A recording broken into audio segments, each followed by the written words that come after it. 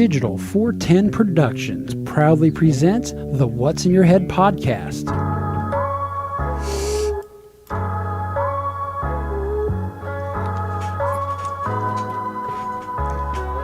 Digitized live from the ACT Computer Studios in Cape Coral, Florida, it's the What's in Your Head podcast with your hosts Gordon and Don Abernathy. What's up, OG5? Just adjusting the camera a little bit before we get started here. It's another Monday, I think. I had an extended weekend because it's the spring break for the kids and such. And so yeah, I it looks like all sorts of crap's going on in Miami. did a minimum amount of work today and just kind of hung out with the time change and all that fun stuff. I don't know where the hell I'm at. What's going on in Miami? Just the spring breakers out of control, lots of arrests. Yeah, it sounds like a normal spring break. Not really. Down here in Florida, we've pretty much, and we talked about this a little bit on the last episode. Spring break down here has kind of gotten tamer, but I guess considering everybody's been locked up in their dorms and their parents' homes and their parents' basements for the last year, they're going to run wild in the streets. We're running wild in the streets. Running wild in the streets. So I guess I'm not too surprised, I reckon. So, How you been, fella? I'm doing all right. Had something odd happen to me last Friday. Okay. What was that? And it's actually part of what I'm working on for the next video coming up on Analog 410. Either you just talked really fast or you went kind of borderline max headroom on us. So I was working on a vlog for the Analog 410. Uh-huh. That may go into the Digital 410. And I was kind of rambling on about where we are with masculinity and so on and so forth. Nothing crazy, nothing pushing, just trying to understand it. But what was weird, I stopped the video because there was a young girl walking up behind me. She was loud in those heels too. As Clickety-clack, clickety-clack. Look at my hooves. So I kind of stopped and she was in tears.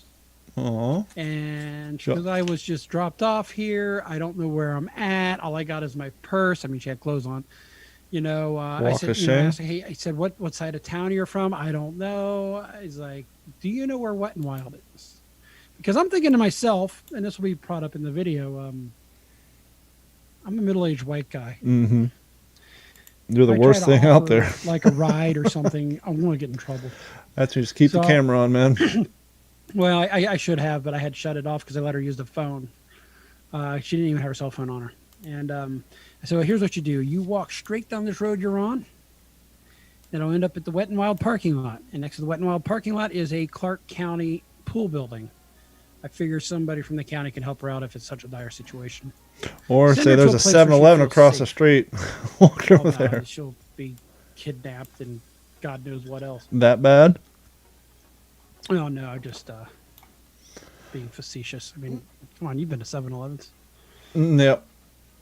Even the one across the street from me gets a little shady from time to time, I'm thinking. But they haven't put up the red and blue flashing lights at the cameras yet, which I'm wondering if that goes up after the first time they get robbed. How do you feel about the audible crosswalk signs? They work. I know, but they're kind of new to my town, and they only have them like on the main 4-lane thoroughfare.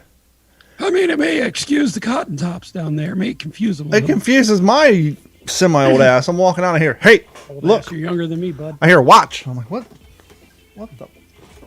Don't walk. Oh, it's the damn parking, the crosswalk. We've got two types out here. We got the type like that and the type that just sends the tone. What's up, Morgan Long, OG5 checking in. Gordon's levels are pretty low. Well, we can turn them up. That would be nice. There you go. I know why they're low. Hot now. Let's try it again. I had them low because I was working on something. My apologies, guys. Okay. Well, the funny thing is, as soon as you turned them up, I turned them up, and it started screaming, so you were super hot there for a moment. But there. Yeah, I'm sure I was. I just realized I was down to almost 0. And I do apologize. Amateur hour here. But we do have the two types here. Originally, I was under the mindset that those buttons don't work, that those buttons were just kind of a placebo. Mm-hmm. That is a conspiracy theory that the crosswalk button isn't really hooked up to the lights. It just gives you something to do while you're standing there. Well, I did a test because I do walk the little guy early in the morning when there's not a lot of traffic. Is that what you kids calling it now? Walking the little guy? Walking the little guy. So I get there and I tested it out with when the light would change going in a direction I was headed across this crosswalk, I didn't push the button. I never got the walk sign. As soon as I pushed a button on the next cycle, I got it. I pushed a button, not you pushed a button. Proven out pretty good. There you go. So how was your weekend all in all? My weekend was good. It was busy, but it's always busy. I don't know how people have kids. I mean, there's 2 of us and 2 pets, and we can't find time to do anything but our housework on the weekends. Yeah, it's a little something. Look at this. Can you see that? Wow, that's the world's worst hickey and weirdest spot. You can't really see all of it, but that's from the race this weekend, from supporting all 220 pounds on my arm on that inverted crawl you saw me do in the video. Mm-hmm. So you got yourself a little war wound, huh? More than one. So I'm sure, as everybody knows, because I've been posting videos everywhere, I completed my 3rd Savage race. The metal this year is super awesome. The Savage itself is kind of made out of that liquid rubber. And it feels real nice. And at the top it says best damn obstacles anywhere. If you watch the video on YouTube, you know at the end I wasn't too excited, if you will, with my overall performance, because I really wanted the fact that I failed like the very first obstacle I've never failed before. I passed it every time. That's the one that spins. They're like little octagons and they spin. The funny thing is that the one you blamed on all the YouTube viewers? Yes. The camera fell off. That's where, well, the first time I ever ran an OCR with a headset on and it wasn't tight enough, so it fell off. But then I went back and did it and I still failed it. Now, I fumbled my way through that the last 2 years, and then this year I failed it. But interestingly enough, while I was uploading that video, I was watching, there's a YouTube channel and a podcast called the OCR Media, which I'm working on something hopefully for the future with that. I'll get to you off the air of that. But anyhow, I'm watching the pros do it, and it turns out what you do, instead of trying to monkey bar your way across these octagons, because there are 4 octagons that spin in a circle, and there's a series of them, what you do is you just grab one bar, and your momentum will spin you around to the next one. You grab on one bar, and it'll spin you. So you're not actually, if you're good enough, you can do the monkey bar thing. But anyhow, I failed on that, and I failed like 5 out of the 28 obstacles, which I wasn't. And to be honest with you, I don't really consider like commando crawling under wire an obstacle. It's just kind of a slowdown thing. And so there's like 7 or 8. Yeah, I was going to say it would be an obstacle if it was real barbed wire, right? Yeah, or like Tough Mudder used to do with electric fencing. But and so some of those I really don't consider obstacles, but basically anything that's not a flat level, they put a number on it. Mm-hmm. But so I really wasn't super thrilled with my time because I wanted to finish in the top 10 because last year I finished top 16. But the caveat to that is the last race I ran was a minimum capacity COVID makeup race, because last March was supposed to be my 2nd race and it got canceled due to COVID, and so they pushed it out to November. And so when November rolled around, they basically did a makeup. So there was less people there. So I came in the top 16 because there were fewer people there, which kind of makes sense, right? Yes. But I still use that as a jumping off point, no pun intended, as, how I want to do for my training. Mm-hmm. And so I was like, well, I'm going to set a reasonable expectation that I want to finish in top 10 in my age group. Not overall. There's no way in hell. There's the elite wave. When I was watching the pros run that on the replay, these guys are running like in that first open quarter mile, because there's like 3/4 of a mile before there's even a obstacle. They're running like a sub 6 minute mile. My best minute mile is like an 8.5. So there's no way I can compete with the elite guys. So I try to go by my age group, even though I'm doing an open. But anyhow, my last race I did, I'm looking at athletes, which is cool because all of the results that are monitored by Chips are uploaded to this website called Athlinks. And so like literally every race I've ever done that's legitimate, my times are on this website. So last November, I ran the entire thing in 1 hour and 40 minutes. And that's roughly 7 miles, 28 obstacles.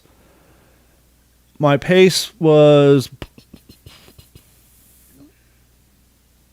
saying I ran a 33. The pace is off on here, but anyhow, I finished And out of males, out of 1,053 males, I was 134th, which ain't bad. But out of males 40 to 44, I was 16 out of 135.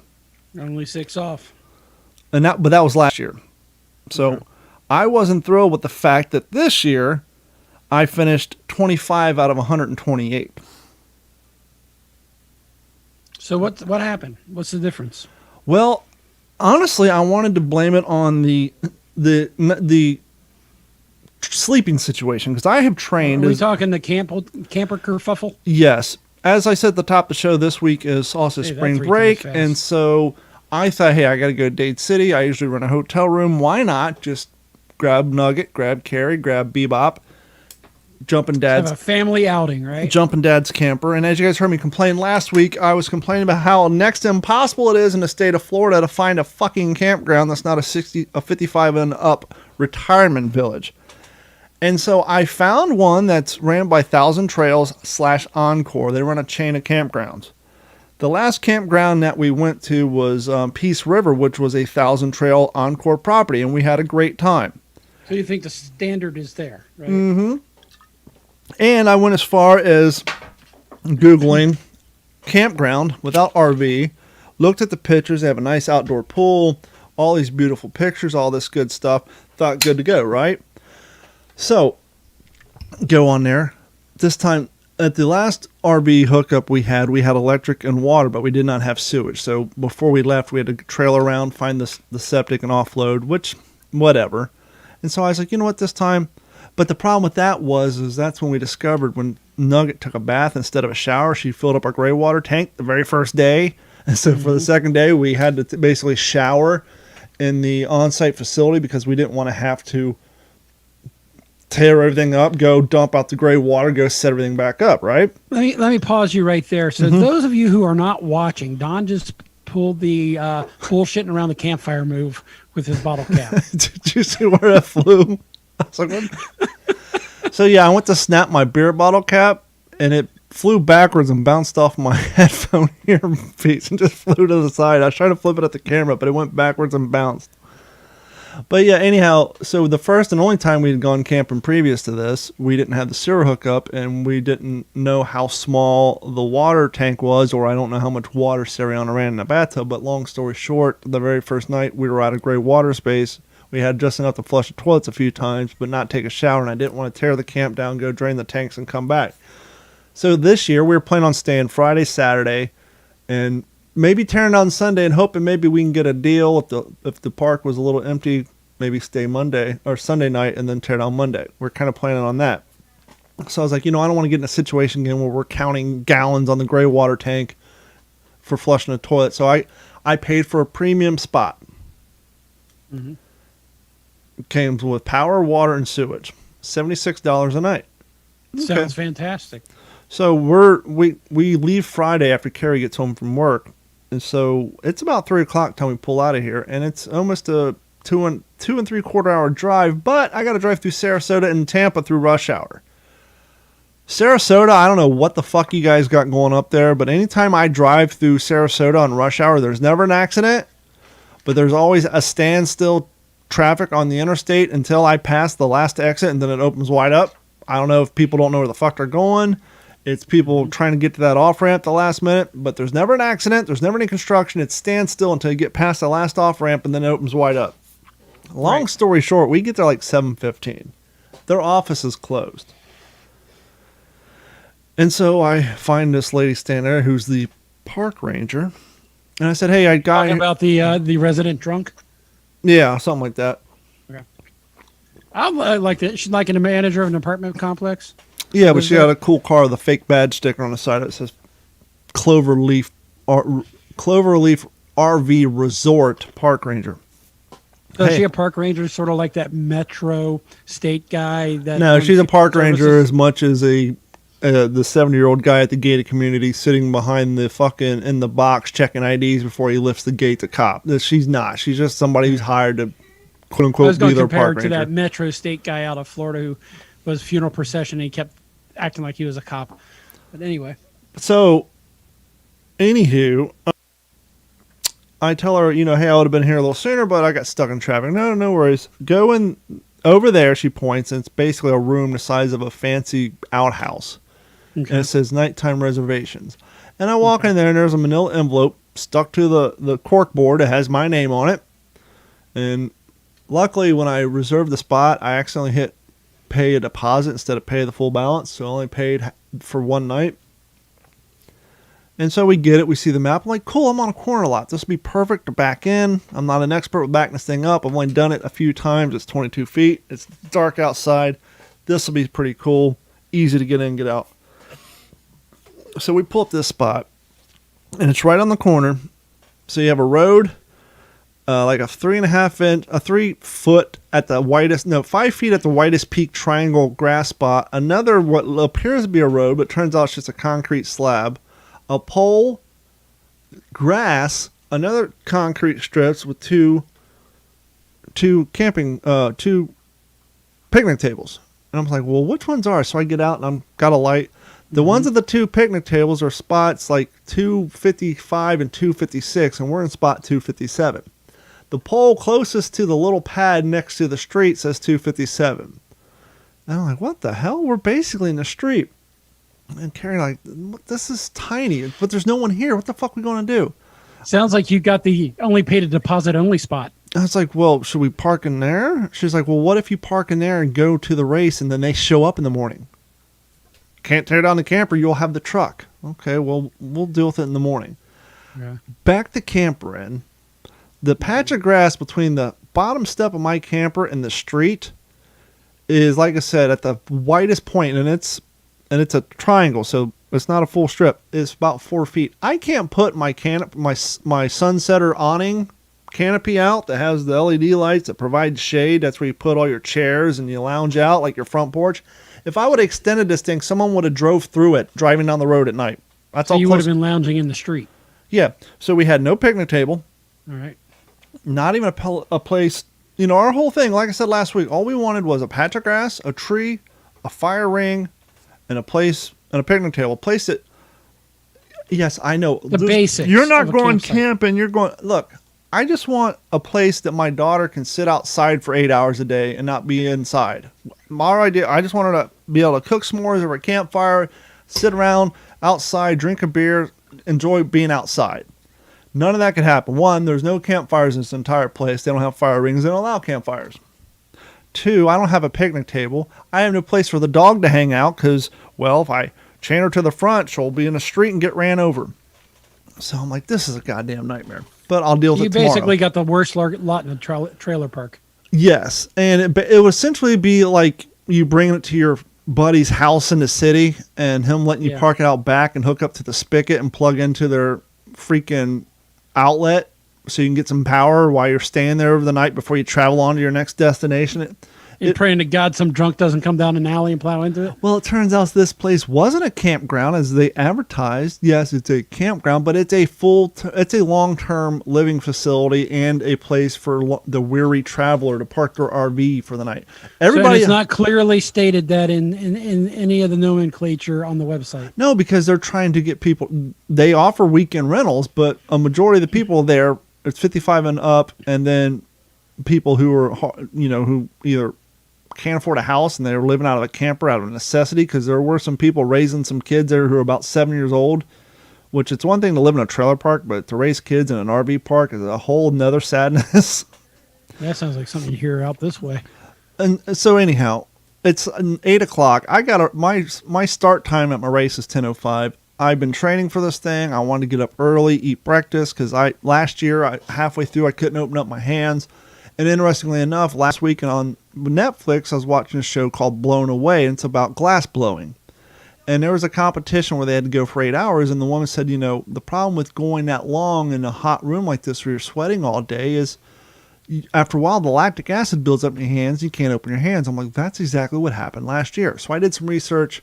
Long story short, how to avoid lactic acid buildup in a race. It's about nutrition in the morning, consuming lots of water, taking gel caps and stuff like ultra-fat nut butter during the race. It's about staying hydrated, electrolytes. And so I came up with this whole nutritional plan. I was going to get up in the morning, eat bacon and eggs, down like 3 bottles of Gatorade, do a little carb loading. None of that happened because now we're sleeping in a camper. The dog's there. She's whining because she's in an unfamiliar environment. Carrie's back's hurting. She's tossing and turning. So even though I went to bed at 9, I was waking up like every hour, every 40 minutes. So complete sleep deprivation. Yeah, and the big question is now, what did you end up eating for breakfast? Since it sounds like your nutrition plan was. I got up and went to McDonald's and had a fucking McGriddle. Oh, there it is. I woke up. It was the McGriddle. Woke up. Hold on, I gotta shut the door because Sariana's screaming at her goddamn people on Xbox. I heard her in her cussing earlier today. Oh, she is a teenager. That's going to happen. And of course, dogs being dogs, Bailey's been in here the whole time, but now that the door is completely shut, she's going to go cry at the door here momentarily. So she was cussing at people online. Now you play online with her at times, right? Yeah, and she never cusses, and you've played with her too. Do you ever cuss online? Yes, but she never. Of friends now, who are her age, and I heard her whisper, "Would you shut the fuck up?" I've never heard her cuss before. How was your language at that age? Do as I say, not as I do. And I'm not a girl. Is the marching lines is the go-to line of every horrible leader out there? Yeah, but anyhow, back to the whole thing.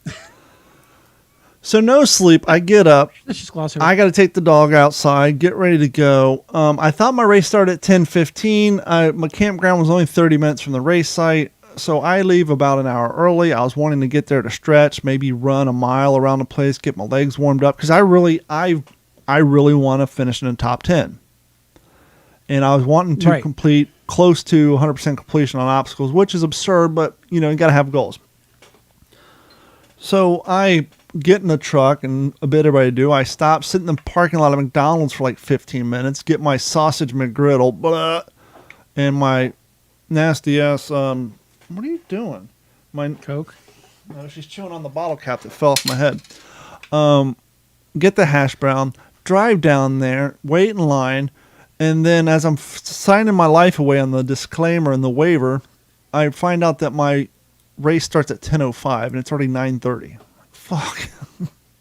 Oh! Now I'm by my. The only thing that you were blessed with is that, thank God, daylight savings time was Sunday morning and not Saturday morning. And this is my third race, but my first time being alone. I usually have a spectator. Last November, Katie was there. Before that, Carrie was there. So now I have a book bag, got my phone in it, my ID. Where the fuck am I going to put this thing, right? I found out later that a bag check, but I found an area. There's just a bunch of bags laying around. I see some lady with like a kid and a playpen. I was like, are you going to be here a while? She's like, yes. Can I leave my shit here? She's like, sure. So I go do that. I drink 2 bottles of Gatorade from the parking lot to the starting line because I want to get some fluid in me because I'm trying to prevent the lactic acid buildup. Go urinate. I consume, for those of you who serial viewers of the show, we had Vinny Torridge on the show twice. He's the owner of NSNG Foods. This is his product, Ultra Fat Nut Butter. It is electrolyte infused vanilla almond with coconuts. It has 247 calories. It's got 20 grams of fat. It's got calcium in it, potassium, magnesium, a bunch of other good stuff. And I talked to Vinny. Any sugar? No, I talked to Vinny and I said, hey, is this stuff good during like running races, or do I need to mix with stuff? He's like, no, that's what it's designed for. So I put those, and I bought some other some high energy stuff. So I crossed, pollinated those. Go ahead. Mm-hmm. Well, Vinny's an endurance athlete anyway. Yes. So it sounds like it'd be right how you'd model that. So I drank Gatorade, 2 bottles of Gatorade, consumed one of these and a different product. Went in, ran. Throughout the race, I consumed 3 more. But as I said, I failed an obstacle that I never failed before, but I also passed an obstacle that I failed last time, but won the time before that. So I made up in the negative there. So I have to review the game film, but I could have swore right before you hit that obstacle, you said my hands are too muddy. Yes, they were. Like you knew that it was going to be a problem as soon as you got up there. Because I think you said you're going to wipe it on your head. Which I did. Learned. Yeah, I was watching. So paid attention to your videos, and then you went right before you hit it, you're like, my hands are too muddy, and then Boom. I slid off. Now, the other thing I have going in my head is I know that Carrie and Sariana are back in a camper at a campground with nothing to do, right? They're going to pool there somewhere. They got the dog. And the last 2 times I've done this race, if I failed an obstacle, I'd go back and try it a second time. But I know, I'm thinking, if I'm here all day long, they're going to be pissed. So I was like, whatever. I failed it. I just kept going. I did make up an obstacle that I failed last year, but passed the time before, which is the inversion one, which is what put all these bruises on my arm, because you're literally hanging on a pole upside down, and then there's a piece of PVC on the next pole as you do the transition that spins, and then there's a rope ladder. You can't touch the ground. You're completely upside down. So that inversion one, for the layman at home, that's kind of like these action films when they're climbing across what would normally be a rope this way, but you're using it on a pipe, right? Yeah, you're hanging down, and you're just scooching across. Yeah, the first run is about 15 feet, and then it has a transition because the frame's made out of, for those who go to concerts, just think of the framing like the stage is made up or the lighting rigs are made up of, and that's basically what the rig is made out of. And so you have to transition over one of those rigs, and then the next pole has a PVC sleeve over it, right? So and you can see in the videos there's like bearings. And I've never gotten a thing to spin because I guess I grab on it properly, but the hypothesis is that it potentially could spin and drop you off. That's about 15 feet, and then you got like an 8-foot rope ladder that is only connected at each end by one line, so hypothetically that thing can spin too. And it's usually over water. You can hear me in the video saying that I think they've greatly reduced the water obstacles to help minimize COVID transmission, quote unquote. It's just a hypothesis of mine because there's a lot of obstacles that used to be for water that are now not. So anyhow, I make it through that. Long story short, I finished the race. Obviously, I got my medal, but I did not hit my goal. And I was really disappointed with it. And I finished in my age group, males 40 to 44, 25 out of 128. Now, what did I say the last one was? Last one I was 16. Last one I was 16 out of 135. So less people ran, but I got a lower rank. But with that being said, it's not COVID, so perhaps more fast people went. And I know more fast people went because A, on the obstacles I failed on, with the exception of 2, I only tried once. But I felt a little bit better after I was putting my bib up and I saw my numbers for last year. Last year, I ran the race when I say last year, I meant last November. I ran the race in 140 minutes and 55 seconds. This year, I ran it in 125. So I cut 21 minutes off my race and still got a lower finisher. So that just goes to show that it really wasn't my performance so much because I ran faster, which also may be why I failed a couple more obstacles because I was too tired. May also explain why I was just running and fucking fell over. That's in the video. I saw that. Don't. Well, I'm running in trail shoes and they kind of have tread on them like almost like a tire. And I wasn't picking my feet up. And as you can see, there's nothing in there. I wasn't running through the woods, and my tread got caught a piece of dirt. I think there was a movie that had the line that said toe pick. I just fell, rolled. My skateboarding fall came in. I shoulder rolled, got back up, and just kept on going. I was like, well, that's a first. And so I was disappointed in my overall performance, but clearly my training helped in the fact that I cut 20 minutes off my race time. How much do they ding you for an incompleted obstacle? If I was running in the elite wave, see, this is the biggest difference between a Spartan race and a Savage race. In a Spartan race, regardless if you're open wave or elite wave, if you can't pass an obstacle, they make you do 30 burpees and you move on. In an open wave, you're just competing against you and your ability to do it. So there is no completion. It's up to you and your honesty between you and... Because a lot of people just go out there as like team building exercises and shit like that for their church or their work and all that, or people like me who are, trying to endure themselves. But in the elite wave, meaning the race for money, it's 100% completion. That blue wristband you see, that's actually your tracker. If I was in the pro wave, if you don't complete it, now you can try the obstacle as many times as you want, but if you don't complete the obstacle, they cut the fucking wristband off and you get a DNF. So that's the biggest difference between a Savage and a Spartan. Spartan, you just do 30 burpees and you're on your way. Savage, if you're in the elite wave and you don't pass the obstacle, they cut the bracelet off and you just don't get a finishing time. When is your Spartan race? I haven't signed up for one yet. They got one, I think, later on this summer over in West Palm Beach or somewhere. They had one in Jacksonville, which was a few weeks ago, but it's too close to this. And I already paid for this. See, the secret of all these races is you want to buy your pass months in advance because they're like 40% off, and much like a concert ticket. You to train, right? Yeah, and much like a concert ticket, the closer you wait to the concert, the more expensive they get, and if you show up and buy it at the door, it's even more. Mm-hmm. But so I guess I can't be too upset with myself because I cut 20 minutes off my time. I just need to work more on my grip strength and my upper body strength. I will say, there's an obstacle called Sawtooth, and it's all monkey bars, and it goes up and goes down and goes up, and it's over water. And I've never been able to get past the fourth rung because I can't do pull-ups. So 1, 2, 3, fall in the water. Oh, fuck. And so after I ran it in November, I did some research, and this cat was on YouTube. He said, if you can't get past Sawtooth, the secret is to go backwards. I'm like, that makes no sense. He said, the reason you go backwards is because when you go forwards, you're pretty much doing pull-ups. Because this is not a horizontal, it's an incline. So you're climbing up monkey bars.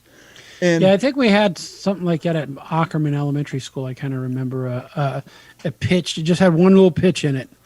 Now, there's different versions of Sawtooth depending on the state. The one in Florida, it goes up and it has transitions over 2 bars, and then it goes down. They have one in Georgia that goes up, down, up like a Sawtooth, hence the name. Luckily, this one's not that severe. But I said, okay, well, the next time I try this thing, I want to try it backwards. I guess when you go backwards, you're using shoulders and not so much your biceps and your titties. And I was talking to the camera as I'm walking up to this thing because I know people are watching this thing, and I try to put a little bit of dialogue in it. I fast forward through all the runs because no one wants to see you run for 10 minutes straight. Which is interesting enough, when you fast forward through your runs and then you slow down and you look like you're walking, even though you're still doing a 10-minute pace, but you look like you're walking. So anyhow, I'm talking to the camera about this in my Nemesis, and I did some research about doing it backwards. And this girl's walking next to me, and she thinks I'm talking to her. She's like, huh? Backwards? I thought, yeah. So anyhow, I try it. Wiped off my hands, and I went up backwards, and I actually made it to the transition. And transition, you're supposed to go sideways so you get wider wingspan. And I make it to the other bar, but then I slip. But I was completely happy, even though I didn't pass it. That's a PR on that particular obstacle. The fact that I made it to the halfway point, all I got to do now is work my way across it and then be able to work way down. Obviously, when you go down, you don't go backwards, you go forwards. But long story short, I need to work on my grip strength and my arm strength a little bit more. But my whole thing is if I can, like, let's say I sign up for this thing in November, and I have good sleeping conditions. I get my weight. Stars are aligned, right? The planets are aligned. Everything. And the other thing is I went in the race at 217. I was able to cut 4 pounds off, but it's going to be next to impossible to do. Last time I was able to cut down the 207 is when I ran 100 miles in 1 month. But when you do that, you're going to be so goddamn tired you can't get to the race. But if I can cut off that extra 10 pounds, that's 10 pounds less of me dragging across the fucking monkey bars. And it don't sound a lot, but when you bench press and you put up 10 reps, and then you go and take 10 pounds off, that next 10 reps is a lot easier. Mm-hmm. So if I were able to get down to 207 just for race day, I would be more. So let's say hypothetically, all the stars align. I go out there, I don't hit my top 10, but I at least get 100% completion, even if I have to try 2 of the obstacles 2 or 3 times. If I can get to that point, I would sign up for not the elite, but the age group where you can actually podium. So not only do you get a finisher medal, but you get like a top 3 or 4. If I can get to the point where I can do 100% completion, even if it takes multiple tries, I would sign up for a closed wave event where I would try to run in my age group. Because Spartan actually has age group runs. So not only do they have open wave and elite, they actually have age group runs. So like if you come in the top 3 in your age group, you actually win, I think, an extra money and possibly some money. I mean, money plus possibly an extra medal. So after the race, now you saw the video. I'm crawling through mud. This is at a horse farm, by the way, so you can goddamn guarantee there's horse shit in this mud. It wasn't quite as muddy as usual because there's lack of rain. So anyhow, you had to be pleasantly surprised with that. I was expecting. It's Florida. I like the water because it cools you off, and so I was you saw. I fast forward through when you're carrying the 2x4 or the 4x8 through the woods. That's usually through waist deep water, not through the woods. Y'all have a bit of a drought this year? It just hasn't been a rainy season. And to give credit to Savage Race, which I heard someone say on that pro races, the good thing about Savage is you'll never see the same obstacle twice. Whereas Spartan, a lot of times it's the same exact thing. And so they're constantly, even though it's on the same property, they're moving it around. So you can't kind of quote unquote cheat by, well, I do it twice this year. Next year I'll have it down. They're constantly changing it. There was 2 new rigs there I've never done before, and I've done the race 3 times. But anyhow, so it's supposed to be 7 miles, like 5 3/4. I get done, have my free beer, and I'm like, crap. That's all he did it for. It was all for the beer. Yeah. A lot of money for that free beer. Beer tastes good, though, didn't it? Well, it usually does, but in my head, I'm thinking, okay, I've been out here for an hour and 20 minutes. Sariana and Carrie are back at the camper doing God knows still what. On the clock. So I'm like drinking my beer as I'm walking to the hose to wash the shit off my shoes. I quickly go down there. I change, drive back, call the campground before I even get back. Say, hey, I'm the unfortunate guy in spot 257. And the lady's like, well, I've been off a few days. I'm not sure what's going on there. I said, well, I'm sure that spot's been there for years. You get a lot of complaints about that. But anyhow, explain to her my dissatisfaction. And luckily, because I only paid the deposit, not the full fucking weekend, I said, look, I would have been there at 9 o'clock this morning when you opened up. The whole reason I stayed at this place is I had a 10 o'clock race. I had to go run a 7-mile race this morning. I just got done. My race started at 10. Your checkout's at 11. There's no way I could have been there and just left today. I said, if I come tear down my camp and leave, can I not get charged for today? I said, because we're completely unhappy. I said, this is a $35 spot at best. And she agreed. So I went back. Didn't have time to take a shower. Enjoy that city water I paid for the night. Tore down camp. Hooked up the trailer. Drove to 3.5 miles home. So I got up. Was running at 10. Wow, you camped 3.5 miles away? Well, the 3.5 hour drive home, get home. So I basically sat covered in mud, horse shit, and everything else all the way for the 3.5 hour drive home. I didn't get a shower until like 7:30 that night. Honey, we're going to go camping for this event. Yeah, the campground's only 3.5 miles away. Yeah, no, it was 30 minutes away. But anyhow, and if you think my weekend was over at that point, and now we're all upset. It's like, well, it's a family Griswold vacation. Every time we try to plan a vacation, something happens and it gets canceled. We try to have a nice weekend camping, get a race out of the way. Here we are. You got to start building in contingencies. Well, the contingency would have been spend $80 for the hotel room, spend $30 if I would have drove the Volkswagen, but instead I'm driving a 2018 Tundra with a fucking V8 pulling a 22-foot trailer, went through 2 tanks of gas. Thanks, Biden, for raising gas up 60 fucking cents. Oh, now you're getting fact checked. Spend a bunch of fucking money on gas. $76 for the one night, not to mention the $90 worth of food that I bought for all weekend. The hot dogs, the sausages, the potato chips, all the shit I'm not supposed to be eating, but it don't matter because I just ran a race. So didn't get a chance to cook any of that. We had Checkers that Friday night when we got there. How much of that $90 worth of food is left now? I came home and we had hot dogs and sausages. I grilled them out on the grill in the backyard yesterday, so they still got consumed. But anyhow, there you go. So we come back, and I'm editing this video because I looked online and no one had posted any Savage Race 2021 videos yet. And so I'm like, here's my opportunity to get some more views on my YouTube channel. Punch. Yeah. And so I'm like tired, but I'm sitting here editing video, driven all day and getting this thing done.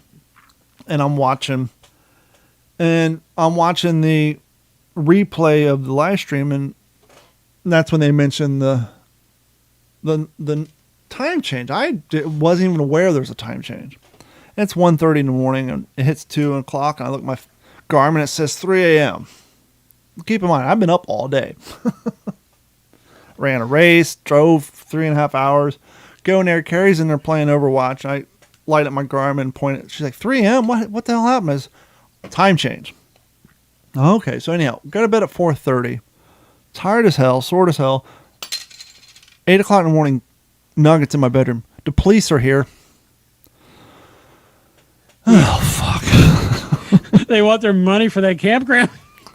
Well, I never took the camper back to the storage unit. It's parked out, hooked up to my truck in front of the house.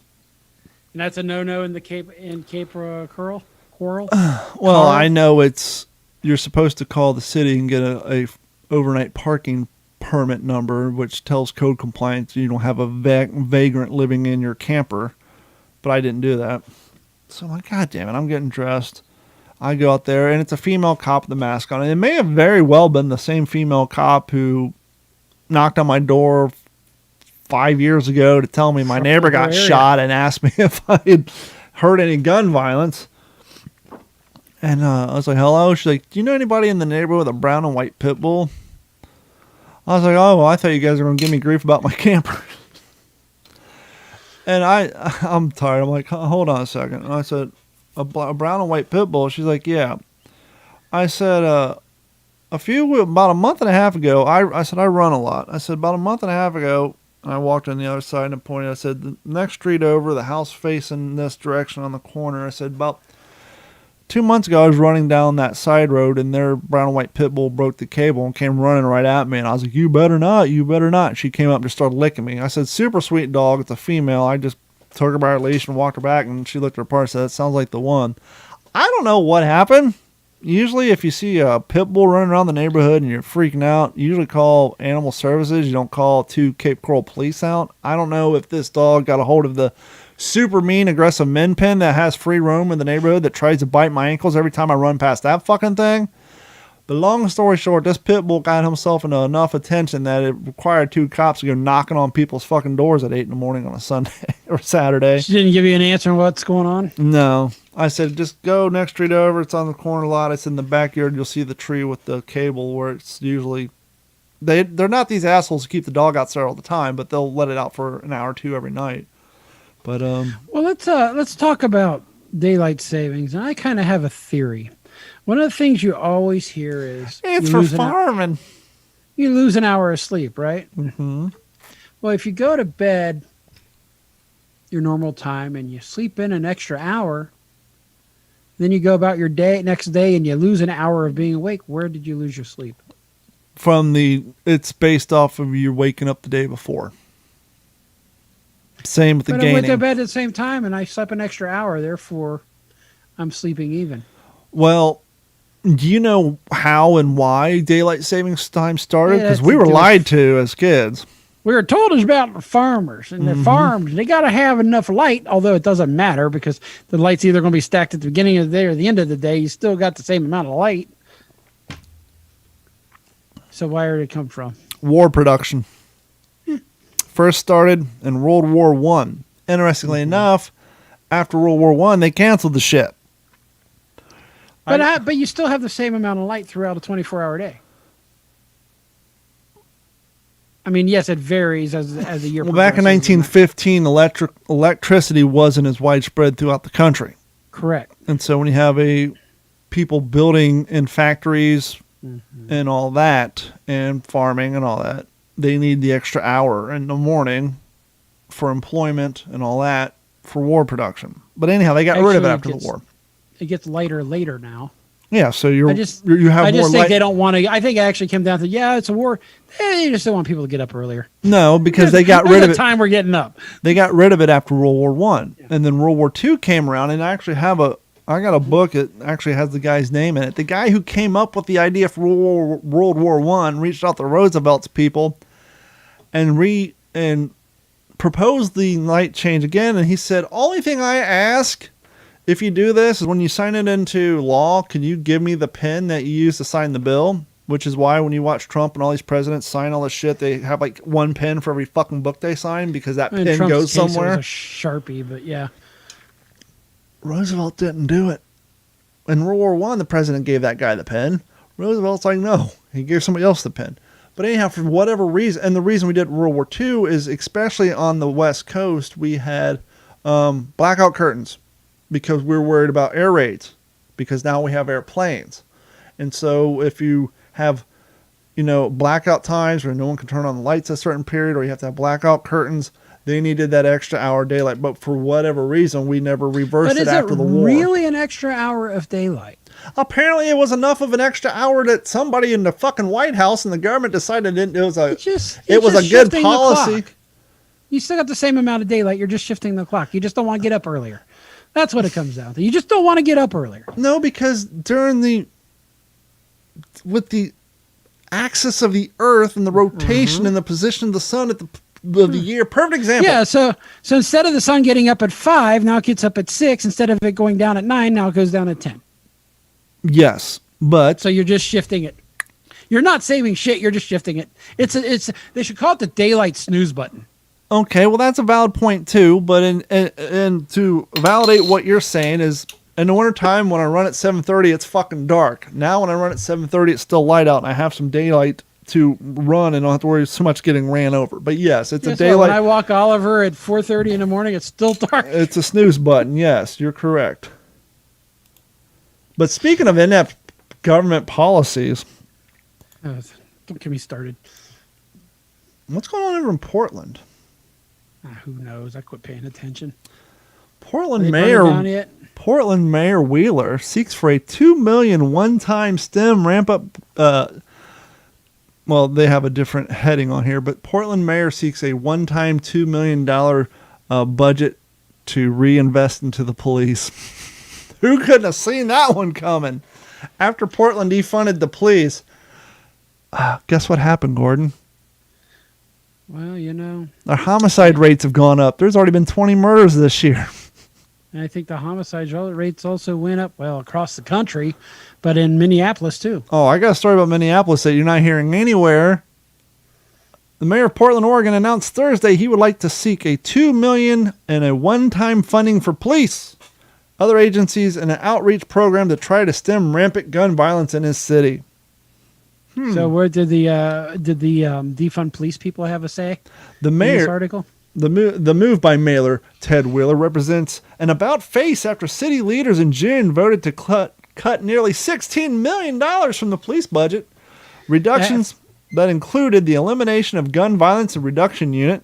The cuts came amid racial justice protests following the police killing of George Floyd in Minneapolis.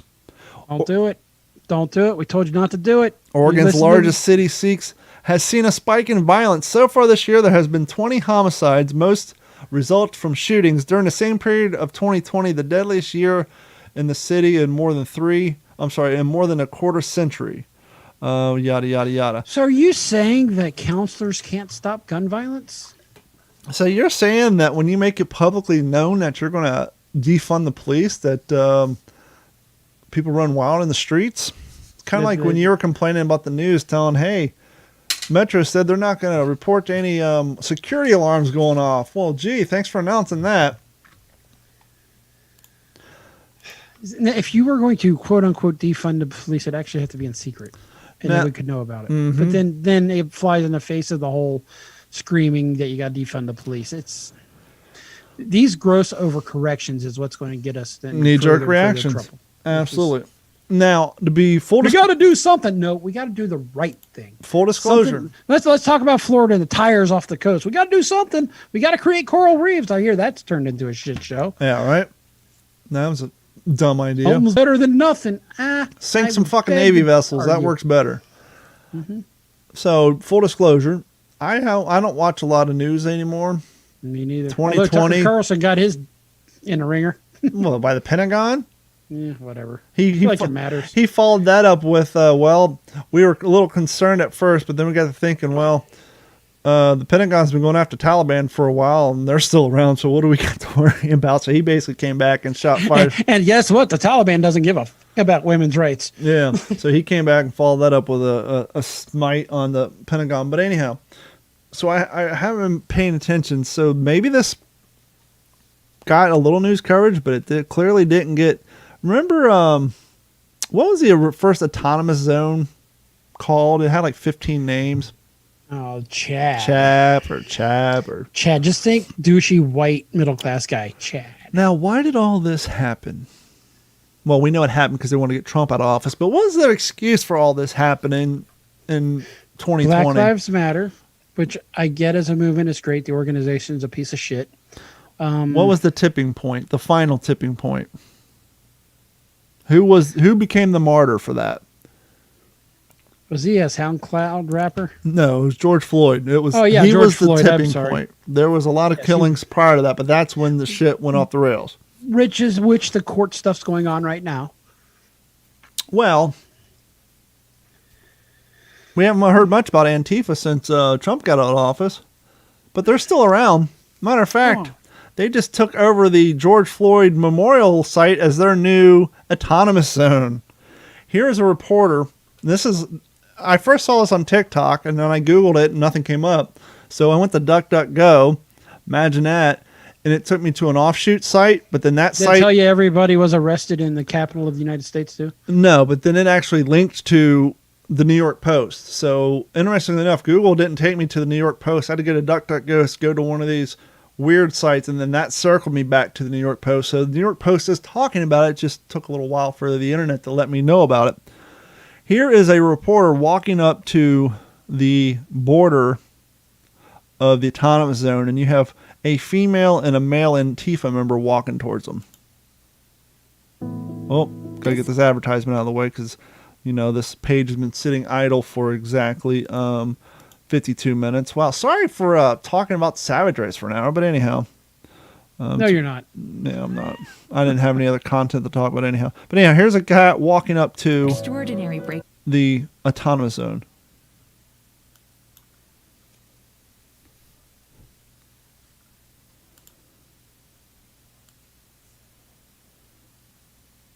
Now they're walking towards him.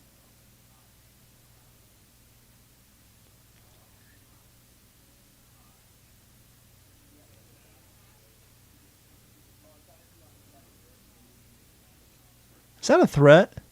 I don't hear anything. You don't hear it?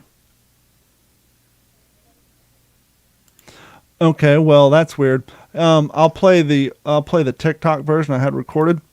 But anyhow, he's standing outside the autonomous zone, and Antifa comes up to him and says, "You're going to be in a bad situation if you don't get out of here." He's like, "But I'm on the other side. I'm on this side of the border." He's like, "It doesn't matter. We know who you are. You're going to be in a bad situation." Here's the TikTok version. The area behind me is the George that? Floyd Memorial. These barricades have been set up by protesters. They don't allow anyone in, not even the police. A bad situation here in a second. Oh, I thought if we were on this side of the barricade, You're going to be in a bad situation in a second. it's media. I don't give a who you are. You've been called out for who you are. What's the situation at the memorial? I don't give a fuck who you are. It's a free fucking country. Oh, listen. People that want to go and support doesn't feel a sense of inclusion. There is more of a militant type atmosphere over there and a sense of fear. Kim Griffin supports police reform, but she does not agree with what's happening at the memorial. Her nephew, 28-year-old Emez Wright, was shot and killed there over the weekend. Were police able to get in and help him? Police were not allowed to get into that area. He was carried outside the zone. It was made clear law enforcement was not welcome to penetrate that zone. So Antifa, which, let's be honest, is made of primarily a lot of fucking white folk, have decided to lock down the George Floyd Memorial, not allow anybody in. This woman's African-American son was there, got shot. We don't know by who. Not saying Antifa did, but he found himself shot and died because the cops weren't allowed into the autonomous zone to rescue his ass. And not a peep out of our current president. I haven't heard anything. Well,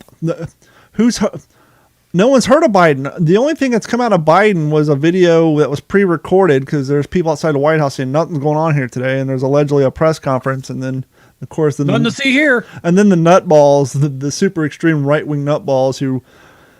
These fucking guys are comparing videos. Here's a picture of Biden last year. You can see he has a mole on his right ear, but this person doesn't have a mole. Who is this imposter? So now you have these nutballs saying that he's not even around. That he's got a body double or a deep fake computer image doing shit. So now the right wing people are getting fucking super dumb shit, batty and crazy. Hey, QAnon people, guess what? The government, number one, just ain't that fucking good. Yeah. And neither is people. Well, deep fake has come a long way. It's going to be a true slip somewhere. deep fake has come a long way, but don't fool yourself. And those deep fake videos are like Robin Williams and all those dead actors. That shit took years to generate. You're not going to come up with a video of Biden giving Biden giving a up to date news conference in 2 months. It's not going to happen. But anyhow, it's just insane. So now you have Antifa taking over the George Floyd Memorial, and allegedly they started doing all this crap because of him. It's like, it's just more nonsense. And of course, no one's talking about it. It's more segregation, right? Now they're segregating themselves even further. This group. What are we doing? What the? It's not us. It's this young group of assholes, dude. They don't even make sense. You make no fucking sense in a legitimate way. You make no sense. Explain to me how this makes sense. Anybody comment if you hear this video. Explain to me, even in a reply somewhere, how does this make sense? Because guess what? You live in bizarro world and you live in a fantasy world of cartoons if you think it does. You know how you have the Holocaust deniers out there? Oh, those. There's gaggle of assholes. There's such an assertive effort to popularize and mainstream the concept of modern day socialism and how it's a positive thing, that there is a push, and I've trying to research it today, and I saw some websites. The new narrative now is that the Nazi Party was not socialist, even though it's in their name. That the new narrative is that the Nazi parties used the German Workers' Party as a way to fool people into just signing up with what they're doing, and that the Nazis weren't truly socialist. So now they're trying to separate the Nazi Party from socialism to help push forth the socialist policies in modern day America. This is why I've said it on my other podcast many, many a times. History books. I don't care about your fiction, your fan fiction, your comic books. If you want to digitize all that and get rid of your print, that's fine. History books always need to be in print so that when people try this bullshit, I can go to my library and pull out a book. Whereas if you go online, all I got to do is edit the paragraph, and now the Nazis are no longer socialist. It's just insane. It is. Absolutely. It just never ends. I got a guest. Yeah, it seems like across the board, both sides, there's a problem with separating reality from fiction. It's getting crazier and crazier. I just don't know. It's just ridiculous. I thought I had something set up for my my no shit files, but anyhow, let's just jump to Netflix. My Netflix suggestion of the week for binge watching, because I just fell into this today and watched like 3 episodes.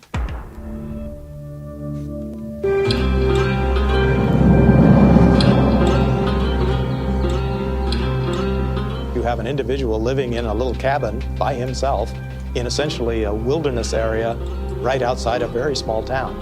Doesn't have a car, doesn't have electricity, doesn't have power tools, doesn't have a job.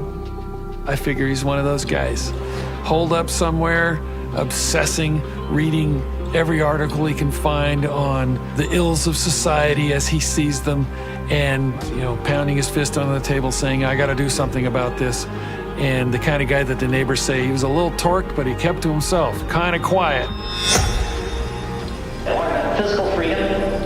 I wanted to get away from cities and civilization, because I just wanted to be a hermit. There's no doubt about the fact the reason I dropped out of the technological system is that, it reduces people to gears in a giant machine. It takes away our autonomy and our freedom. The name of the documentary is The Unabomber, in his own words. The Unabomber refused many, many of interviews throughout his time in prison, but he reached out to a editor of a magazine, I believe, called Earth First, because he was kind of an environmentalist and enjoyed her writings, and so he reached out to her, and she is the only person that's had access and have a long-form interview with him on tape. And so they use those tapes in that documentary. It's a docu-series. I think it's like 4 or 5 parts. I'm on episode 2 or 3. But super whip smart guy, went to Harvard, was a professor. But you want to talk about a guy who took to heart fail, keep trying again. I think he mailed like 11 or 12 bombs before he actually maimed, not even killed, but even maimed someone. Just right yet. He's making all his bombs are made out of like wood at first, and like matchstick heads and like black powder out of shotgun shells. Like he was watching way too many Looney Tunes with the Acme explosives. Yeah, like his first 5 or 6, 7, 8, 9 bombs didn't maim anybody. And finally he blew some fingers off somebody. It just blew up, and he had the face with the... They got his brother on there doing interviews. They got the audio tape, family photos. But it's just interesting. He lived in Lincoln, Montana. Yes, he did. And talking to his neighbors, who he was not a fan of because one of the neighbors owned and ran a sawmill, and him being an environmentalist, he wasn't too happy about that. So he took a bunch of sand. Where is he going to get all the wood for his matchsticks and whatnot? He takes them out of his neighbors, who was a what do they call those cats? Last Frontier, homesteader. He took most stuff out of his boneyard. And but anyhow, it's a good show. So if you're looking for a docu series to watch on Netflix, look for Unabomber in his own words. And if you like Forged in Fire mixed with a little bit of Repair Shop, and you want something a little more lighthearted to watch, check out Blown Away. It's a pretty cool show. But just don't tie that with the Unabomber. Anyway, you ready for the news? Let's do the news, yo. Joining us now from the Digital 410 West News Desk in Las Vegas, Nevada, Gordon Abernathy. Gordon, how you doing tonight, fella? I'm doing all right. Getting good grades. Your future so bright. You like my background? Yeah. That was my bib on the dashboard of my Tundra. I'm looking. Oh, that's kind of. If that doesn't explain what happens to you in a Savage race, I don't know what is. So speaking of wood, I'm out of bourbon, by the way. What state do you think that this I'm not. What state would you think that this takes place in? So we're gonna play a little game. Name the state. Name the state. Name the state. So there's a longtime Amtrak employee in a state that will not be named, who stole a dozen chainsaws and hundreds of parts from the railroad and sold them online, according to federal criminal complaint on Tuesday. So what state would someone steal 77 chainsaws? I'm going to say East Coast because I know Amtrak is popular in that area. I know Joe Biden himself is a huge fan of the old Amtrak. At least he used to could. I'm going to say the wonderful state of Maine. New Jersey. Close enough. We think of New Jersey as Dirty Jersey, and I just think Rodriguez, there's a lot of woods out in Maine, and homesteaders and people looking for chainsaws and whatnot. Yeah, one wouldn't think that they'd have 77 chainsaws on a rail line in New Jersey. However, Jose Rodriguez found that he could make himself a little money, or at least he thought. He sold the items for more than $50,000. Jesus. $50,000 between the years of 2016 and 2020. That's a 4-year run of selling these things online. How many of them? 77. So divide that by 4, and that'll get your average sale a year. Divided by 4? Yep. No, there's no way. No, I did that wrong. Anyway. Yeah, don't have the guy who's in LD classes do the math for your fucking... Is there a comma? Yeah, there's a comma in that. 50,000. Divided or minus? Let's just do divided. He sold 7. How many? Yes, it is 77 divided by 4. Yes, divided by 4. So he sells an average of 19.25 a year for 4 years. I was just trying to get the unit cost. How much he's reselling these things for? Oh, 50,000 divided by 77. That's easy. As I use my calculator. So it's $649, $650 unit price. Was that a steal? STILE. I have no idea. There you idea. go. Yeah, you saw where I was going with that. Or was that a Husqvarna? Yeah, I caught that ball and I threw it right back at you. So, sounds like a Husqvarna to me. The 48-year-old Brick residence. Yes, there is a town of Brick in New Jersey. They're clever there with their naming. Must be where bricks come from. Anyway, I had worked at Amtrak's North Brunswick facility since 2007. Let's see if we get any more puns coming this way. No, I'm going to eat some nut butter. Hold on. His positions range from senior engineer to repairman. I'm wondering if he worked his way down or did he work his way up. Anyway, Rodriguez was scheduled to appear in court on Tuesday afternoon. A message left with the Amtrak and with the attorney for Rodriguez seeking some comment. So the sale was primarily made through an online auction site, though some of the stalls were sold directly to people, according to the complaint. The buyer in Pennsylvania, a buyer in Pennsylvania, provided law enforcement agents with 11 boxes that had Rodriguez's return address that had been used to ship chainsaws in exchange for more than $7,000. So evidently one guy bought 11 of them. He'd been working on the railroad all the livelong day. And all, yep. And now all he's sitting sold, in prison just to passing the time away. You can't even whittle in prison. And I don't think all he whittled a Rodriguez sold. chainsaw. Does kids even know what whittling is anymore? No, because they're not allowed to have pocket knives. No, that's sad. We were very young when we first got our first pocket knife. Yes, we were. I remember when So- Dad came back from Switzerland with the Swiss Army knives, and he showed us how he could shave all the hair off his arms as a demonstration of how sharp they were. Yeah, but that sharpness never lasted. Of course not. They're fucking Swiss. Well, that we chopped the But shit not out of only everything with does- those knives. All right, here's a G.I. Joe. Let's skin him alive. I think we did skin a Barbie. I did a lot of things as a kid with toys. Anyway, Rodriguez sold 77 chainsaws, 103 chainsaw replacement bars, and 163 replacement chains to buyers in Pennsylvania, Michigan, West by God, Virginia, Ohio, Illinois, California, and South Carolina. And Amtrak never wondered why they're constantly having to replenish their stock of chains and bars and fucking chainsaws in New Well, Jersey. it's more than that. Because of this, he faces one count of stealing government property and one count of stealing from an agency receiving federal funds. Both counts carry a maximum prison sentences of 10 years. That's what you call FUCT fucked.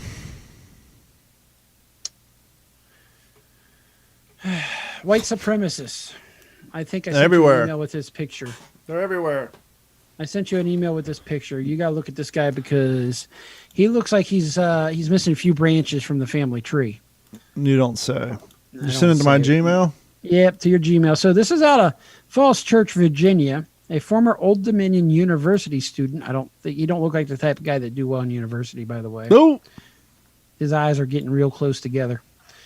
Who joined up with white supremacists in a swatting conspiracy that targeted a black church at his own university, and cabinet officer, among others, was sentenced to nearly 3 years in prison on Monday. 33-month sentence for one John William Kirby Kelly. Yes, he does got 4 names, folks. That's John William Kirby Kelly, 20. John Jacob Dingerheiser Schmidt. I really think he's There probably he more is. of a John William Kirby. There he is. Of Vienna, Virginia, estimated splits the difference between a 5-year short term that was sought by prosecutors and a 14-month sentence. So Kelly pleaded guilty to hosting an internet chat room where he and others called in fake bomb threats and attacks on more than 100 different targets, many of which were targeted because of racial and religious views. People are dumb, Kai.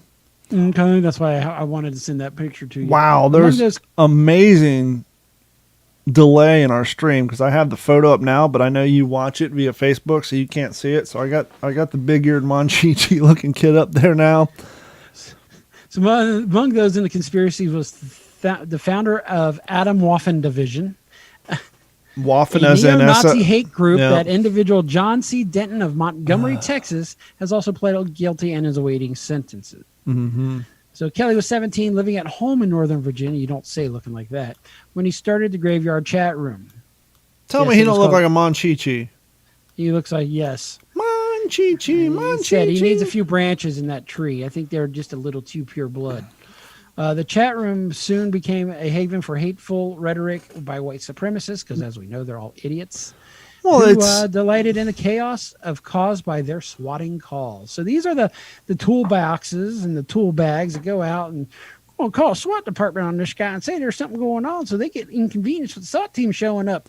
Didn't kids do that with video games too? yeah, but I was going to say the difference between this moron and his Mary band of inbred assholes, and those kids, the kids who do it on video games, at least are tech savvy enough to figure out how to backtrace someone's IP connection and get the IP so they can then do a lookup to find the address. Clearly, this guy and his merry band of assholes weren't able to do that. You sound like the kind of people that be sitting around a campfire. Actually, more of a trash can fire with a bunch of fucking... A pallet fire. Not even Budweiser's. Probably Milwaukee's Best. Pabst Blue Ribbon. Nah, it's a little too much for the hipster still, I think. So, can you see the screen on your... I'm going to interrupt your news real quick. Can you see the screen? See the video feed? Yes, there he is. Okay, I'm going to get rid of him real quick. There's going to be a little delay. I was watching the Orifice or The Office on MTV today, and the show ends, and then this disclaimer comes up. I'm waiting for it to pop up here. And there's a disclaimer that says, this film has outdated attitudes, language, and cultural depictions, which may cause offense today. And I'm like, well, what channel are we watching? Turns out it's MTV. And I got thinking... Has outdated attitudes, language, and cultural depictions which may cause offense. And I'm thinking, well, what possibly could they be playing? I thought we had the right to offend people. Well, MTV used to. I'm thinking, well, what... comedians. I'm like, what movie is getting ready to come on? What possibly could be so offensive... To warrant this warning? That MTV needs to cover their ass by saying this film has outdated attitudes, language, and cultural depictions... Let me guess, Real World with Puck? No, this is a movie. Okay. Pick a movie that... They could have turned it into a movie. You never know. This movie... How about going back to the well? This movie came out in 1998. That's a long time ago, Don. And we can agree that in 1998... I was still an adult then. We can agree that in 1998, it was very uncommon to have a picture. It wasn't... uncommon, but it wasn't very common. I know it kind of doesn't make sense, but you'll see where I'm going here in a minute. It wasn't regular, but it happened seldomly to have what would become a blockbuster video. Not the chain, but the term blockbuster is the great movie. Which Blockbuster was open back then, and you were a spry 20-year-old. Yes, but it was very uncommon to have a huge hit of a movie where the two featured actors were of the minority persuasion. Okay? There's a hint. This came out in 1998. Yum! In 1996-97, there was a black comedy that came out called Friday. Every time I'm in the kitchen, you're in the kitchen. Eating up all the goddamn food. I'm sorry. Every time I come in the kitchen, you in the kitchen with your head in the goddamn refrigerator. Eating up all the food, all the pig's feet, all the collard greens. Boy, I like pig's feet. I like hog's mug. What did I ask you to do last night? Throw out the trash. Did you? No. Boy, I wish you in bed right now to go in there and tell you, get out the trash. Anyhow. What are you doing with that cereal? Chris Tucker's breakout role was in Friday. Correct. And they gave him, in 1998, his own movie with a co-star who is also a minority. And if you listen... is this a co-star of a country where the coronavirus may or may not have originated? Yes. Okay. A co-star who is of a persuasion that if you listen to a certain comedian who is Asian would explain to you that up until recently, when Filthy Rich Asians came out, it was very uncommon for Asians to get leading roles in movies. So we have a comedy that came out in 1998 starring Chris Tucker and Jackie Chan. Wait, I got it. And Dr. Ken, right? Jackie Chan. A movie with Mr. Chow? Chris Tucker and Jackie Chan, two minorities. And MTV decides... argue that there's actually more Chinese than anybody else on the planet, but anyway. Well, in our country. And this is before Hollywood was making movies for the express purpose of pleasing the people in China. This is that type of movie where MTV needs to put up a disclaimer saying this is an outdated movie with outdated attitudes and language and cultural depictions which may cause offense today. To who? White people? Pissing off all the Karens, Don. This is a movie that came out in the 90s that allowed two minorities to have the leading role. And by the way, which produced a part 2 and quite possibly a part 3. But yes, Rush Hour, according to MTV, is super offensive and may very well offend people with their jokes about, do you understand the words that are coming out of my mouth? Now, I did watch it, and there are some... MTV's idea of racially offensive is the stereotype of Chinese people with cameras. Like in Hollywood. Now, let's bear with me. If there was a movie that just showed nothing but, let's say, The Deliverance. We'll play The Deliverance. I honestly thought they were going to play Blazing Saddles with that sort of... Yeah, but with Deliverance, which is pretty much a bunch of white hillbillies, rednecks, would they get that kind of warning on it? No. Of course not. For the same... It's a depiction of a culture, right? Well, let's take it's a depiction of a culture that's not in a positive light. But you can make fun of white people. That's okay. That's as long as they're straight and they're men, you can make fun of them. And preferably if they're skinny. If they're overweight, you might catch a little flack. But if they're skinny, white, straight dudes. How many people in the last few years, Jimmy Kimmel got attacked because during the Man Show, he did a bit where he was paying homage to a basketball player and he was quote unquote wearing blackface. And well, to me, a new blackface is the old. I understand, but in the new wave, the fact that he was paying homage to a Laker and his skin was painted black, they're coming after him for blackface. But if a person of color played Donald Trump, would they get in trouble? You don't have to play the hypothesis game, Gordon. It's called White Chicks by the Wayans brothers. Well, the problem is he's orange. I know, but my point is there's all these people getting canceled for allegedly doing blackface, but I'm sure the Wayans brothers and White Chicks will still be playing on Comedy Central. Robert Downey Jr. hasn't been in trouble yet. I think some of these snowflakes tried to get after him a little bit for Tropic Thunder, but it didn't fly.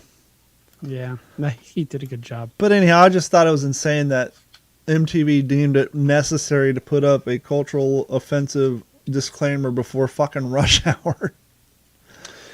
But back to your news. Two more cases. Number one, since we're talking about racism, is a burglar in Germany. A Gurgelber? I'm sorry, a burglar was caught over a bite from German's sausage. A German police said that, this is out of Berlin through the AP.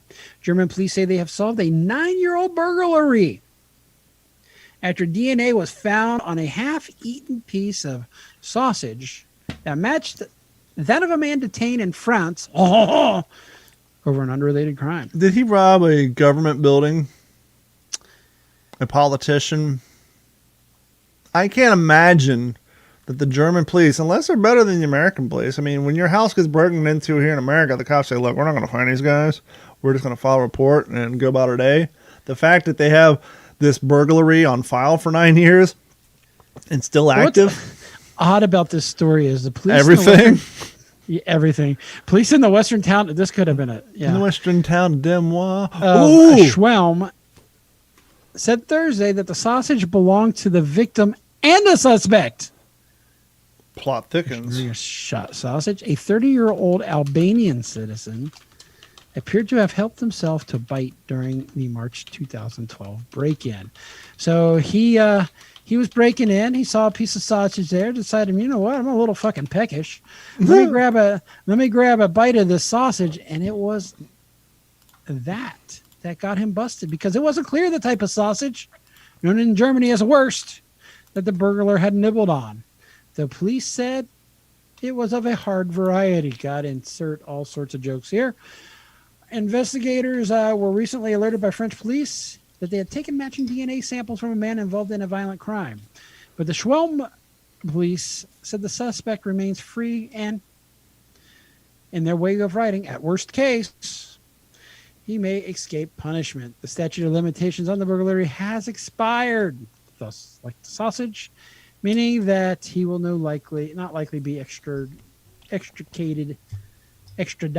to Germany. I saw a great TikTok where someone was pointing out the fact that these Gen Zers are in love with the 80s and 90s now, but politely reminded them that none of them would be able to survive the 80s and 90s because they'd be so fucking offended about everything. Their heads would explode. That.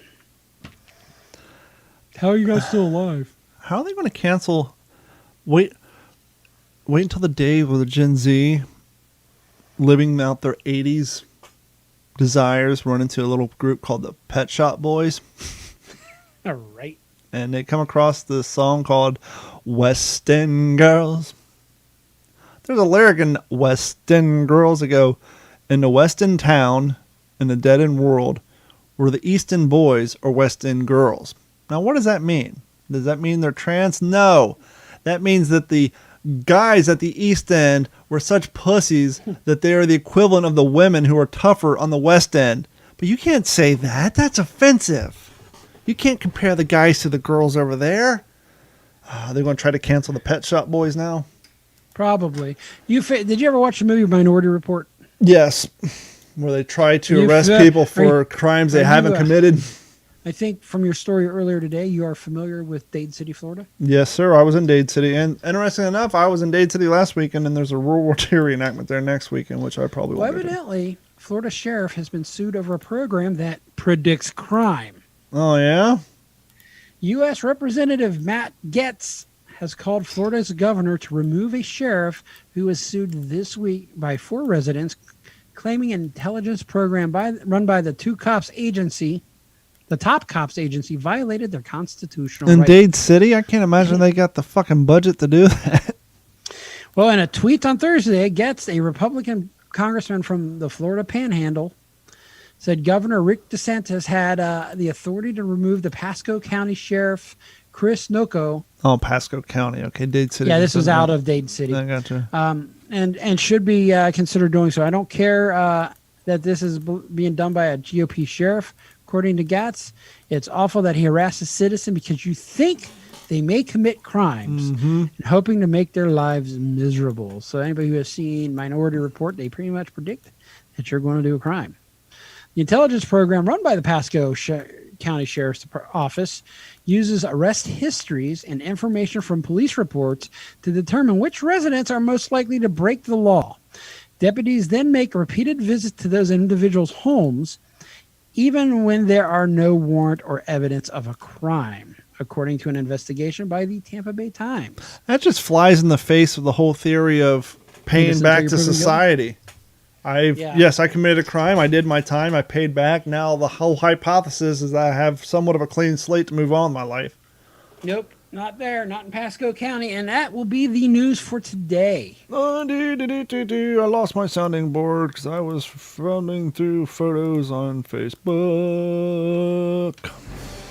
This concludes the evening news, and now back to the ACT Computer Studio in Cape Coral, Florida. And this concludes another episode of the What's in Your Head podcast. This episode of the What's in Your Head podcast is brought to you by our friends at ACT Computers. That's right, ACT Computers has been providing IT solutions for all Southwest Florida since 2004. So give them a call, 239-283-1120, or head over to act-capecoral.com. They can help you with all your computer needs, computer repair, laptop repair, tablet repair, online two-form authentication, etc., etc. Even if you don't live in Southwest Florida, give them a call, 239-283-1120, and with your assistance, they can log in your computer and help you remotely with all your computer needs. Give them a call, 239-283-1120, and while you're on the internet, head over to d-410.com, click and sign up for that Patreon link, click on that social link, and find all of our locations for our social media. And please like, share us with a friend, and if you didn't know, if you are one of the people who download our show directly from our website to listen to it, thank you so much, but it's probably easier and helps us out through kind of advertising if you download us through a podcast app. We are available on iTunes, Apple Podcasts, Google Podcasts, Stitcher, Spotify, etc., wherever fine podcasts are found. Thank you guys so much. Gordon, you got any parting words for our friends here? No, I have none. None? Okay, well, we'll see y'all next Monday. Thank you guys so much. This has been a Digital 410 production.